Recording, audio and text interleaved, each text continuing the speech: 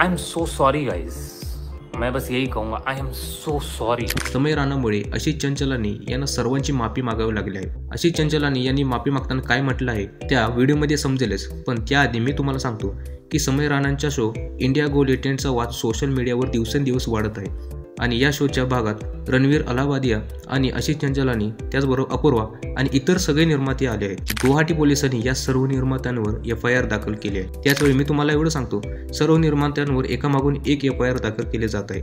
प्रथम गुवाहाटीच्या मुख्यमंत्र्यांनी त्यांच्या विरुद्ध FIR दाखल केली, त्यानंतर मुंबईच्या हिंदू IT सेलने त्यांच्या विरुद्ध FIR दाखल केली आहे आणि याचबरोबर दिल्लीतील एका वकिलांनी या सर्व निर्मात्यांवर FIR दाखल केली आहे।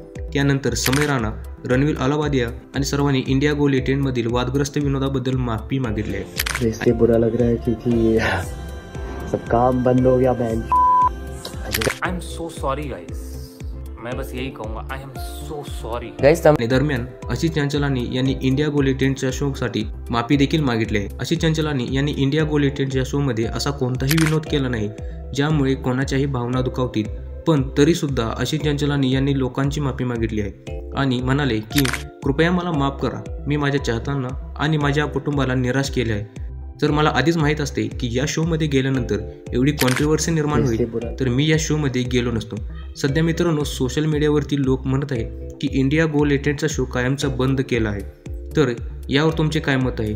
कृपया खाली कमेंट करून नक्की सांगा आणि तुमचं मतही सांगा आणि अशाच अपडेटसाठी आमच्या चॅनलला नक्की सबस्क्राईब करा।